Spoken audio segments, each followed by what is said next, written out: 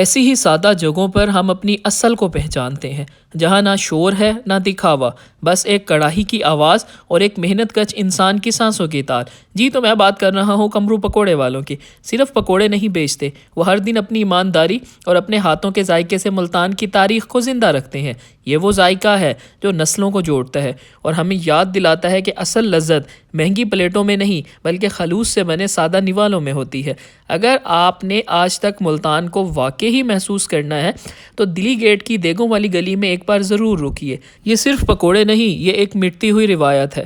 ملتان کی ان تنگ گلیوں میں دلی گیٹ کے اندر جہاں وقت جیسے ٹھہر سا گیا ہے، لکڑی کی آگ پر رکھی کڑھائی، بیسن میں لپٹے آلو کے پکوڑے اور قیمے کی وہ ٹکیاں جن میں آج بھی ہاتھوں کی محنت بولتی ہے۔ یہ شخص کوئی سیلیبریٹی شیف نہیں، نہ بس سادگی اور حلال کمائی۔ خاص چٹنی کے ساتھ یہ ذائقہ ہمیں اس زمانے میں لے جاتا ہے جب اسٹریٹ فوڈز نمائش نہیں، ثقافت ہوا کرتا تھا۔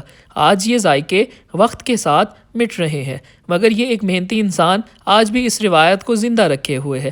یہ کھانا نہیں، یہ ملتان کی پہچان ہے۔ کمرو پکوڑے والے جو دلی گیٹ دیگوں والی گلی کی تنگ اور پرانی گلیوں میں اپنی محنت اور خلوص کے ساتھ اس ثقافت کی حفاظت کر رہے ہیں۔ یہاں کی فضا میں وہ خوشبو بکھری ہے جو کبھی ہمارے بزرگوں کے ہاتھوں سے تیار ہونے والے کھانوں کی تھی۔ یہی وہ جگہ ہے جہاں ہر نوالا کہانی سناتا ہے اور ہر چٹکی مسالہ محبت کی مہر لگاتا ہے۔ جہاں ذائقہ بولتا ہے وہاں روایت زندہ رہتی ہے۔ کچھ ذائقے ختم نہیں ہوتے، وہ تاریخ بن جاتے ہیں۔